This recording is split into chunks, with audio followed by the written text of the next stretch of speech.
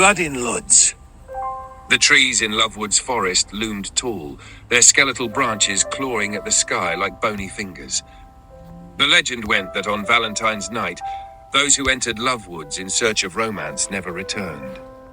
But that didn't stop Ethan, Kyle, Sophia, and Rachel from setting up camp deep in the woods. They were two couples, inseparable, eager for a night of love, laughter, and whispered secrets by the fire. Ethan zipped up the tent. "Told you guys, these legends are just bullshit. It's just a forest." Rachel shivered. "Then why does it feel like something's watching us?" A distant howl carried through the trees, long and mournful, sending a chill up her spine. Kyle chuckled, wrapping an arm around Sophia. "You're just paranoid. These woods are romantic, not haunted." But he was wrong. Something ancient stirred beneath the earth, awakened by their presence. The first to fall. An hour passed. The group roasted marshmallows, the fire crackling, casting long shadows against the trees. Then a scream ripped through the night. Rachel spun toward the sound, her heart pounding. Ethan? But Ethan was gone. A blood trail led deeper into the woods. The ground pulsed as if something underneath was breathing. Sophia clutched Kyle's arm. "We need to leave. Now." Rachel shook her head. "Not without Ethan." Against their better judgment, they followed the blood, the trees around them warping, twisting, whispering. The deeper they went, the more unnatural everything became. The air reeked of copper and decay. Then they saw him, or what was left of him. Ethan was impaled on a tree, crimson oozing from his torn open chest. His eyes were still wide, his lips frozen in a silent scream. His heart was missing, ripped clean from his body. Sophia gagged. Oh my God, oh my God. Something moved in the darkness. A tall, gaunt figure stepped forward, dressed in a tattered crimson cloak. His skin was pale as death, his eyes black voids, bottomless pits of hunger. Fangs gleamed in the moonlight, dripping with Ethan's blood. Dracula. The bloody waltz. "Ah, young love," Dracula purred, voice like silk, a most exquisite flavor. Kyle stepped in front of the girls. "Stay back," Dracula laughed, a deep, chilling sound. "You think you can protect them?" From the shadows, they emerged. Ghoulish figures, hunched and skeletal, their skin stretched tight over jagged bones, their mouths filled with rows of needle-like teeth. The Red Bride, a woman with a veil made of sinew, drifted forward, her dress soaked in glistening, blackened blood.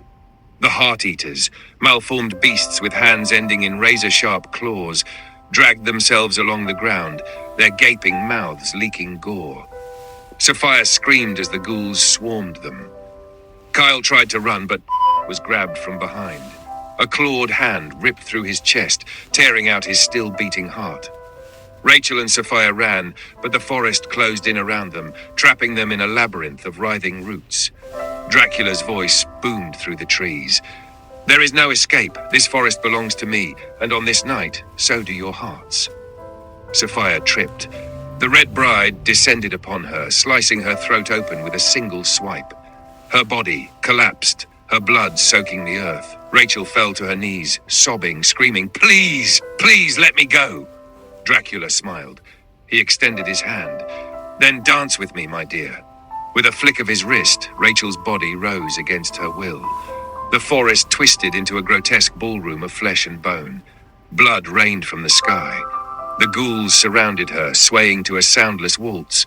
Rachel's feet moved on their own, her body spinning, twirling, forced to dance with the count.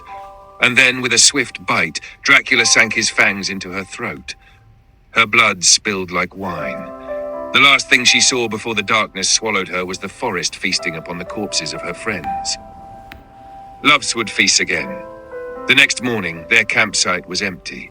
No signs of struggle, no blood, no bodies, just the faint whisper of laughter in the wind. And in the soil of Lovewood's forest, 4 fresh hearts beat softly beneath the ground, waiting for next Valentine's Day.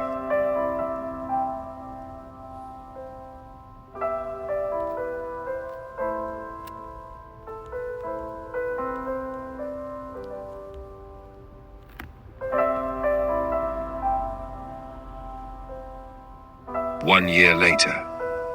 The legend of Lovewood's forest grew stronger. Parents forbade their children from going near it.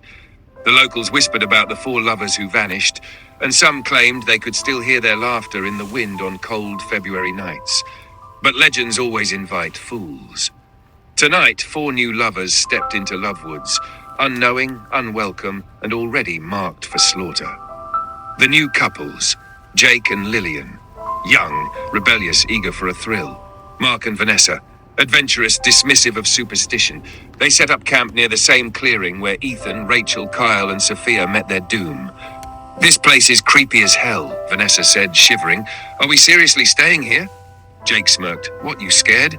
It's just a forest." Lillian kissed him. "Come on, it's Valentine's Day. Let's make it one to remember." Oh, they would. As the fire burned low, the whispers began. At first, just faint like wind through the trees. Then, voices. Giggling. Vanessa's head snapped up. "Did you hear that?"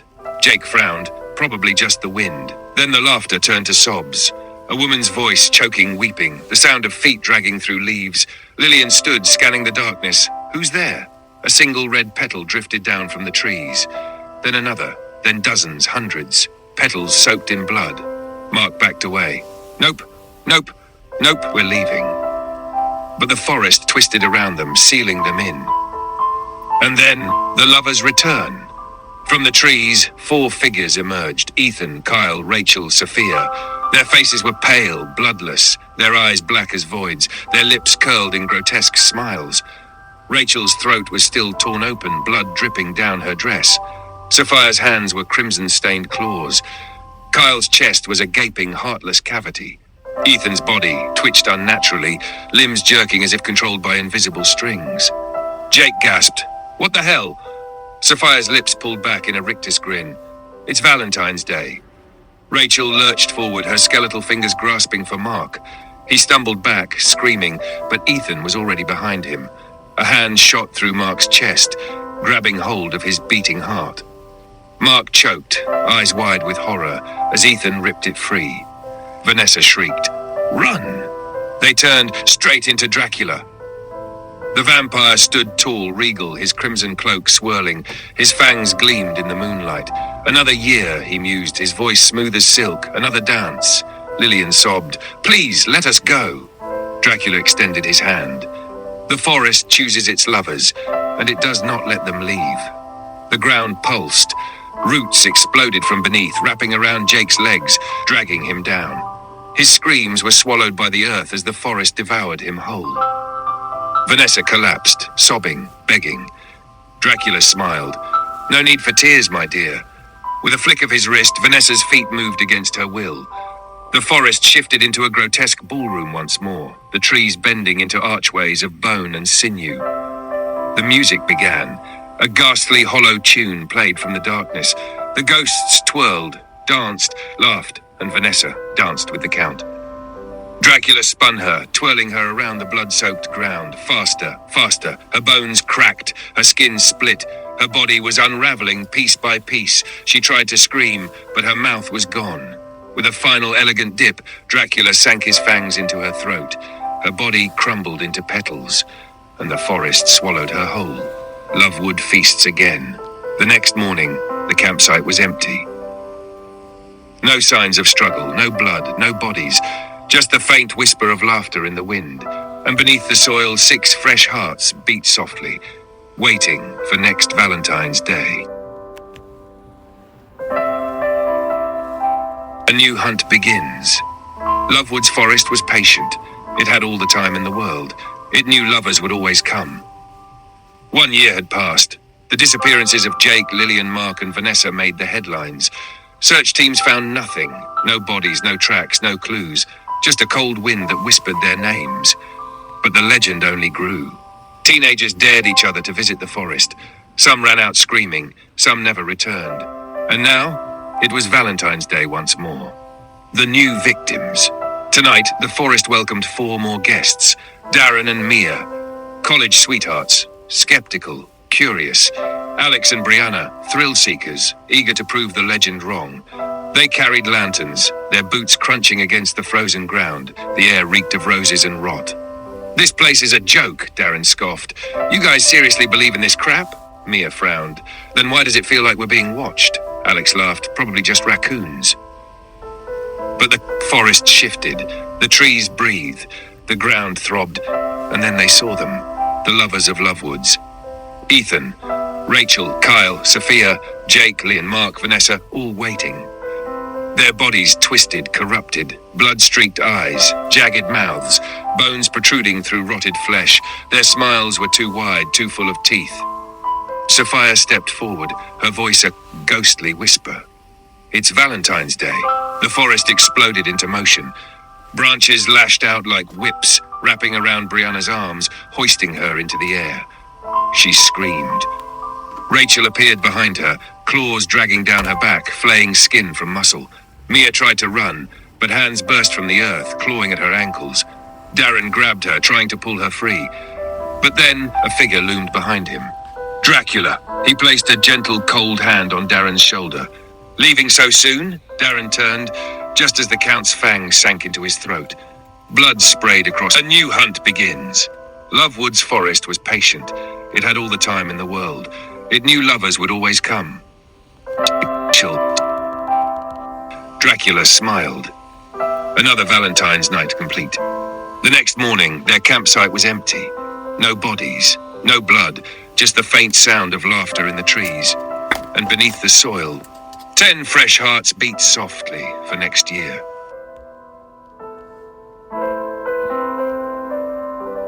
Lovewood's hunger never ends. The legend of Lovewood's forest spread like a virus. A cursed place, a graveyard for lovers. Parents warned their children. Police set up signs, but the forest did not care. Because no matter how many warnings were given, fools would always come. And tonight, the forest would feast again. A Valentine's dare. They arrived in the dead of night. 3 couples, 6 hearts beating with arrogance. Kevin and Jessica, skeptics, laughing off the stories.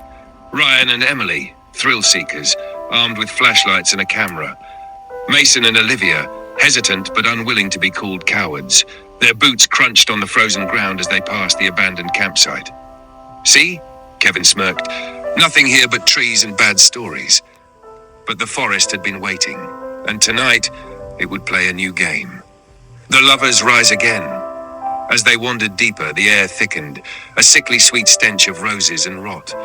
Then whispers, soft at first, then louder, laughter. Jessica spun around. Did you guys hear that? The lantern flickered, and then they saw them. Ethan, Rachel, Kyle, Sophia, Jake, Lillian, Mark, Vanessa, Darren, Mia, Alex, Brianna, all grinning, their bodies twisted, disjointed, soaked in blood. Kyle's ribcage was cracked open, hollow. Sophia's fingers were knives of bone and sinew. Brianna's legs bent at impossible angles. And then Dracula emerged, regal, elegant, death incarnate. Welcome, he purred, to your final Valentine's Day. The nightmare begins. The forest came alive. Vines coiled around Jessica's throat, yanking her into the darkness. She screamed, then choked, gurgled. Ryan and Emily ran, straight into the ghosts. Ethan gripped Ryan's head in both hands and twisted. A sickening crack. Ryan collapsed, his head backward, eyes forever frozen in horror. Emily collapsed to her knees, sobbing. Sophia grinned. She leaned in, whispered, "Dance with us." Emily's bones shattered as her body contorted, forced into a waltz. Dracula watched, smiling. His masterpiece unfolded. Mason and Olivia tried to run, but the forest shifted, closing in. A single red petal drifted down, then another, then hundreds, then silence. By morning, the town awoke to an empty forest. No bodies, no blood, just the faintest whisper of laughter in the wind. And deep below the soil, 6. A new Lovewood massacre. And deep below the soil, 6 fresh hearts beat softly, waiting for next Valentine's Day. But Lovewoods would not wait an entire year this time. The forest had tasted too much blood, too much terror. Its hunger grew. A week after the latest disappearances, a local conspiracy YouTuber named Travis Lane posted a video titled "Lovewoods, the place where lovers die." It exploded. Millions watched. Theories spread. Some said it was just a hoax. Others swore they heard screams in the background of Travis's footage. But one thing was certain.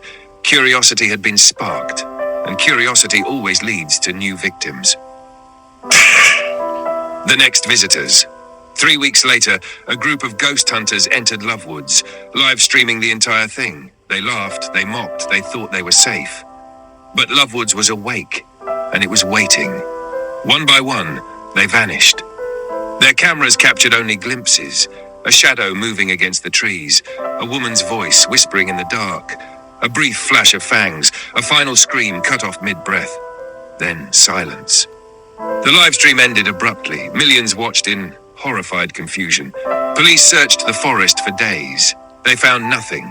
No bodies, no gear, just a single red petal on the frozen ground. The whispers spread. Now, Lovewoods is more than a local legend. It is a nightmare that grows. People see figures standing at its edge at night. Couples report seeing blood-stained hands pressed against their windows. And on February 14th, the wind carries a single haunting phrase. It's Valentine's Day. And somewhere deep in the trees, Dracula smiles, waiting. The night the world heard Lovewoods call, Lovewoods was no longer just a legend. It was a living, breathing nightmare. The disappearances, the footage, the whispers, everything built up to this moment. February 14th, midnight. A storm rolled over New York. The sky split with lightning, illuminating a crowd gathered at the forest's edge. Dozens of people, thrill seekers, ghost hunters, skeptics, believers. Some were there to prove it was all fake. Others felt the call. They stepped beyond the warning signs. They entered Lovewoods. The forest sighed. It had never been fed so much at once. The slaughter begins. At first there was only the wind. Then the air grew thick, heavy, a sickly sweet scent of roses and decay. The trees shifted. Something watched. Then, the first scream. A girl named Danielle vanished into the dark. A boy named Ethan ran after her, only to be yanked into the air by unseen hands. His body twisted, his spine bent the wrong way, his head snapped backward. The others ran. Too late. The lovers of Lovewoods were awake. Rachel, Kyle, Lillian, Vanessa, all of them moved between the trees, grinning. Their blood-stained hands reached for fresh skin. And then, Dracula stepped forward. The forest bowed to him. His eyes glowed red, full of hunger. "This," he whispered, "is the night you all belong to me." He raised his hand, and the slaughter truly began. The world watches in horror. Phones were still streaming. Millions watched in real time as people vanished, screamed, begged. The cameras shook with movement. Shadows moved unnaturally. A final shot, a wide, grinning mouth rushing toward the screen. Then static.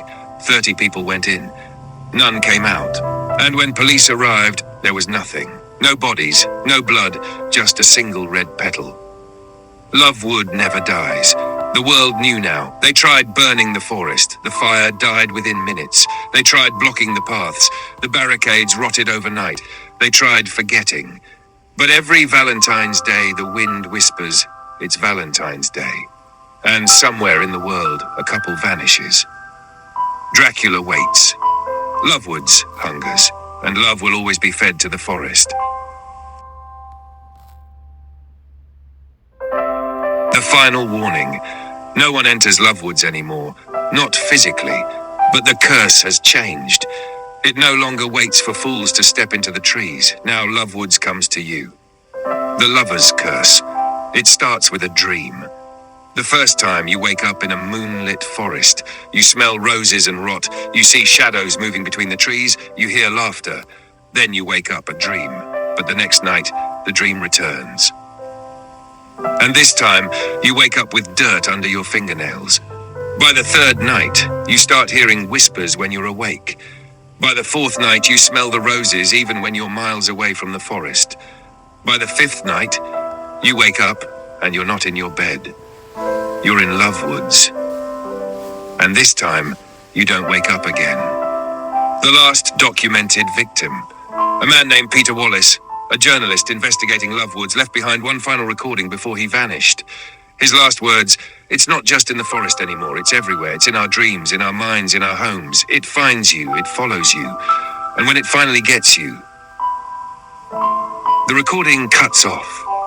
They never found him, only his phone half buried in the soil, with a single red petal resting on top. Lovewood's final promise. Now you know the story, and knowing the story means you are marked. Tonight, when you close your eyes, you will smell roses, you will hear the whispers, and if you dream of a moonlit forest, you have 5 days left. Lovewood never forgives. You read this story. You think it's just a myth, a fun little scare, but Lovewoods does not care if you believe. It only cares that you know, because now you are part of it. You fall asleep. You dream of a forest bathed in moonlight. The air is thick with the scent of roses and rot. You hear laughter in the distance, footsteps crunching leaves behind you. You turn, nothing is there. But when you wake up, your feet are dirty. Dirt beneath your nails, dirt in your sheets. It was just a dream, right? The second night, you don't want to sleep, but exhaustion takes you anyway. This time you hear the whispers more clearly. Do you love me? Dance with me. Don't run. It's rude. Something moves in the trees. A figure, long-limbed, grinning, hungry. You wake up, breathless, sweating. But there's something in your bed. A single red petal. Your reflection looks wrong. Your eyes seem darker, sunken. Your lips curl into a grin you didn't mean to make. You try not to sleep, but when your eyes close, you're back. The forest feels closer. The whispers are now right in your ear. Something brushes against your skin, a skeletal hand, too cold, too long. Almost time. You wake up with scratches on your arm, like fingernails. The fourth night. You hear it while you're awake now. The whispers, the laughter, the scent of roses follows you everywhere. No matter how much you scrub, the dirt won't come off your skin. You see them in the corner of your vision, figures grinning, watching, waiting. You don't sleep. It doesn't matter. You blink, and you're back in the forest. This time, Dracula is waiting for you. He smiles. Tomorrow. And then you wake up screaming. A red petal falls from your mouth. The fifth night, the last night. You fight it, but you can't stop it. The moment your eyes close, you are in Lovewoods. The trees loom taller. The sky is blood red. They are all around you. The lovests, the grinning things that should not be. Dracula steps forward, his eyes glowing like twin burning stars. You are ours now. They close in. Hands reach, teeth flash. You try to run, but the forest swallows you whole. And when morning comes, your bed is empty. Your room smells like roses, and on your pillow, a single red petal. The final warning: if you have read this far, you are already marked. Tonight, you will dream of Lovewoods, and in 5 nights, you will never wake up again. The first night comes whether you want it to or not. You keep your lights on, you drink coffee, you tell yourself it's just a story. But stories have power, and Lovewoods is listening. You blink once, and suddenly you are there. The first night, welcome back. The moon is too bright, the sky is too red. The air smells of roses, soil, and something sickly sweet. The trees breathe. They whisper your name. You hear laughter behind you, but when you turn, there's nothing there. Just the sound of something dragging through the leaves, following, waiting. A voice soft as silk. Do you love me? You wake up gasping, sweat-soaked, shaking, and in your hand, a single red petal. The second night, the smiling girl. All day, you feel off. The air is too thick. Your shadow seems longer than it should be. And the smell of roses clings to your clothes. That night, you dream again, but this time, you're not alone. There's a girl standing in the clearing. She wears a tattered white dress. Her hair is long, dark, and sways even though there's no wind. Her face, she is smiling too wide. Her lips stretch, tearing at the corners. You came back, she whispers. She tilts her head, eyes dark pools of nothing. Don't be scared, you belong here. Behind her, the trees move. Something large, many-limbed, crawling, watching. You wake up screaming. Your window is wide open, and on your windowsill, a single red petal. The third night, you can't run. You try to stay awake, but you blink too long. And you're back in Lovewoods. You run, you don't care where, you just run. The trees stretch, warping, shifting, laughter echoes from behind. The girl is there again. She moves without moving. 1 second, she's feet away. The next, she is whispering against your ear. You can't run from love. A cold hand touches your wrist. You jerk away, and you wake up, heart hammering, gasping for air, but your wrist, there are bruises there now, finger-shaped, and on your chest, resting lightly, a single red petal. The fourth night, Lovewood is here. The whispers don't stop. You hear them even when you're awake. You see shadows move in mirrors, in the corners of rooms, in the reflection of your phone screen, and when you close your eyes for even a second, you see them. The girl, the lovers. Dracula. He is closer now. His eyes are burning. His mouth is dripping red. Tomorrow, he says, your heart will be ours. You wake up choking, and in your throat you spit out a single red petal. The fifth night, the last 5 days left. The first night comes whether you want it to or not. You keep your lights on, you drink coffee, you tell yourself it's just a story. But stories have power, and Lovewoods is listening. You blink once, and suddenly you are there. The f***ing thing with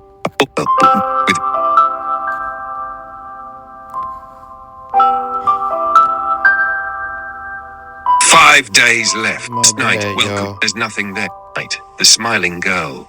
Girl steps ahead, eyes dark. The third again. She moves without moving. 1 second, she's feet away. The next, she is whispering against your ear. You can't run from love. A cold hand touches petals. And if someone listens very, very carefully, they will hear a whisper in the wind. It's Valentine's Day, and Lovewoods has claimed another heart.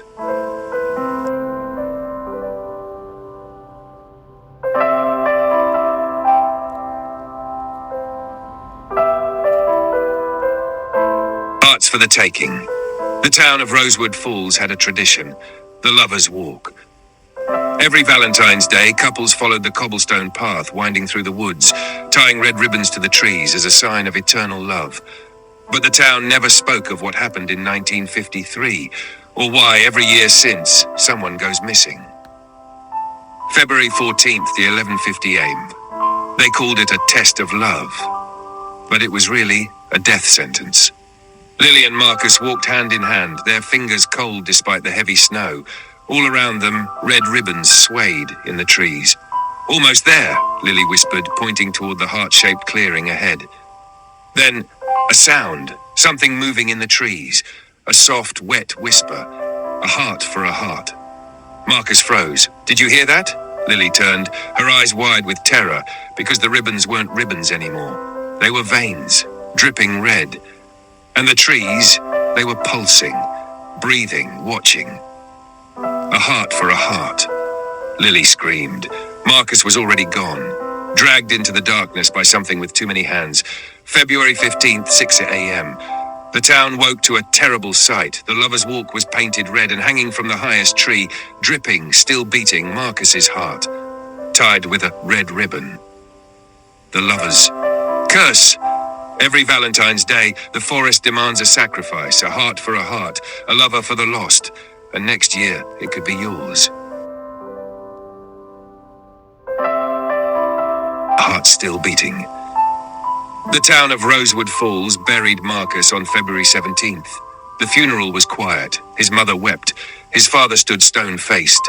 And Lily never spoke. She just stared at the casket, hands clenched, jaw tight, because she knew something no one else did.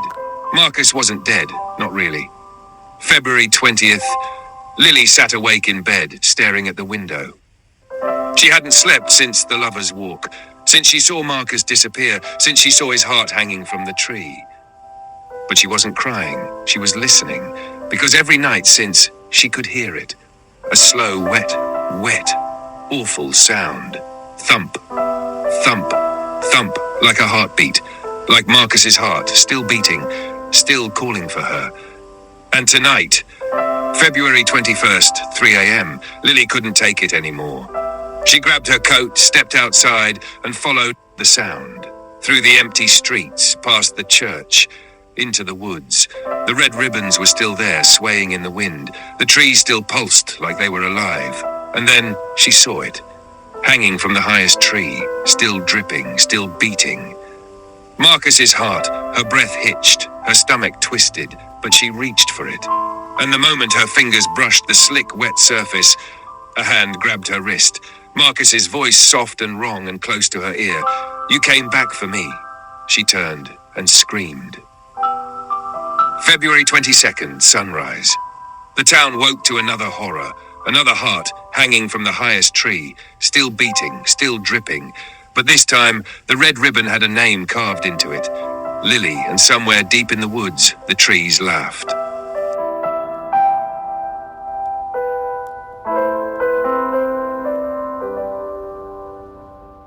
They say if you receive a black Valentine, you're already dead. No one in Hartwell talks about what happened on February 14th, 1976, or why, every year since, someone disappears. But the truth is written in blood-stained letters. And this year, it's happening again. 11:59 p.m. Lena found the envelope on her doorstep. Black as night, wax-sealed in deep red. Inside, a single card stamped in blood. "Be mine forever." Her stomach twisted, a cruel joke. But as she turned to go inside, a shadow moved in the street, watching, waiting, and when she slammed the door shut, she swore she heard breathing on the other side. February 14th at 3:33, Lena woke to the sound of dripping. Slow, heavy, wet. Her breath hitched. The ceiling was bleeding, a crimson stain spreading above her bed. Then something hit the floor, a thump. She turned and screamed. Because lying beside her, still twitching, was a human heart, and carved into the flesh, her name. February 14th, 6:66 a.m. You read that right. The town of Hartwell woke to a nightmare. Lena's house was painted red, her front door ripped off its hinges, and on her bed, where she had once slept, a message written in arterial spray, "Be mine forever." But Lena was gone, and in her place, another black Valentine, waiting for its next victim.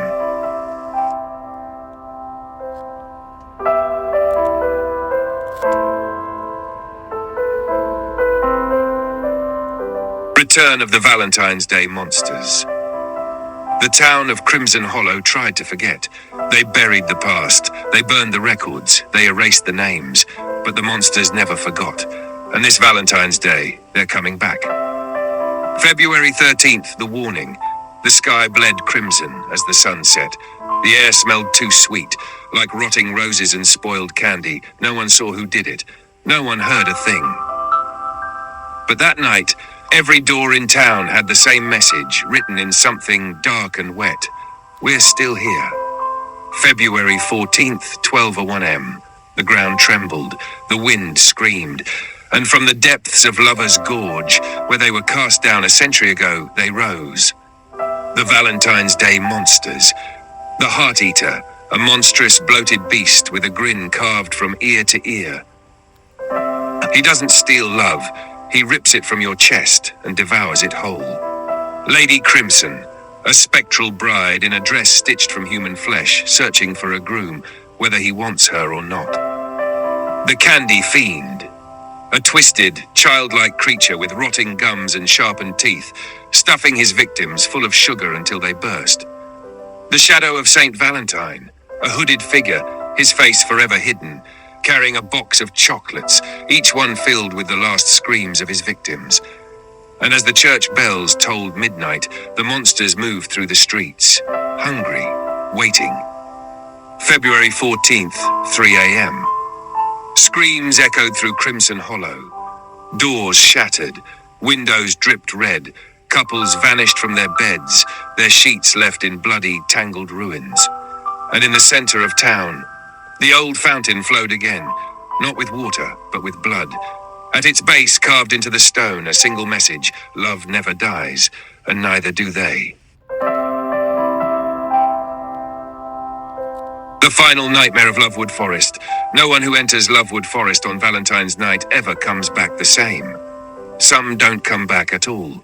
But those who do, they return hollow. Their eyes no longer hold the light they once did. Their hands tremble, their voices whisper warnings that no one listens to until it's too late. And now, as the moon bleeds red over the cursed trees, the forest is ready to take its next victims. This is the final warning. February 14th, the wind howls through the trees, carrying the whispers of the lost. Run, run before he comes. The lovers who dare to walk these cursed woods tonight think it's just a legend, just a story to scare fools away. They hold hands, tie red ribbons to the branches, and ignore the silence, not realizing that silence means the forest is watching, waiting for him, the keeper of hearts. A towering shadow with a face of stitched flesh, a body built from twisted limbs, and a voice that echoes like cracking bone. He does not need to chase. He does not need to run. Because once you have set foot in his forest, you already belong to him. February 15th, sunrise. The town wakes to a terrible sight. A path of bloody footprints leading from the woods to the town square. A single red ribbon draped over the statue of Saint Valentine. And at the edge of the forest, where the trees meet the world of the living, a heart. Still warm, still beating. Carved with a message, deep into the flesh, Lovewood takes all. The beautiful warning: if you love someone, do not take them to Lovewood Forest. Do not follow the ribbons, do not listen to the whispers, and if you hear a heartbeat that is not your own, run. Because the keeper of hearts does not steal love, he collects it. And once he has yours, you will never love again. Happy Valentine's Day to all the lovers. To those who hold hands beneath the moonlight. To those who whisper sweet nothings in the dark. To those who promise forever, beware where you tread. For love is not only roses and kisses. It is not only warmth and devotion. Love can bleed. Love can burn. Love can be taken. And in places like Lovewood Forest, love is not cherished, it is devoured. So hold your lover close tonight. Kiss them like it's the last time.